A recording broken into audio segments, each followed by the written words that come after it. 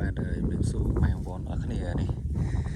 ទិដ្ឋភាពស្រូវនៅខាងខេត្តបាត់ដំបងបាទឥឡូវភ្លៀងក៏មានហើយទឹក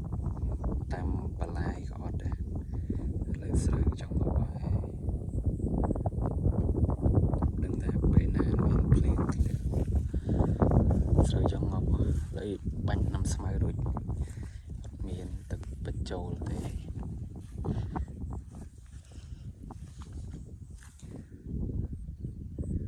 សំណាងដែលអត់បានដាក់ជីទៅលើស្រែគេផ្សេងហើយចប់ឥឡូវគេងាប់ចិត្តអស់ហើយបាទខ្លះក៏គាត់ប្រុសសារថ្មីជួតែប្រុសសារថ្មី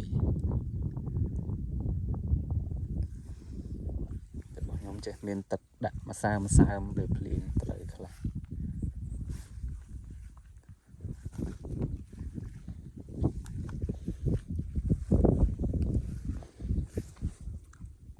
ស្រូវដោះស្អាតតែអត់មានទឹកដាក់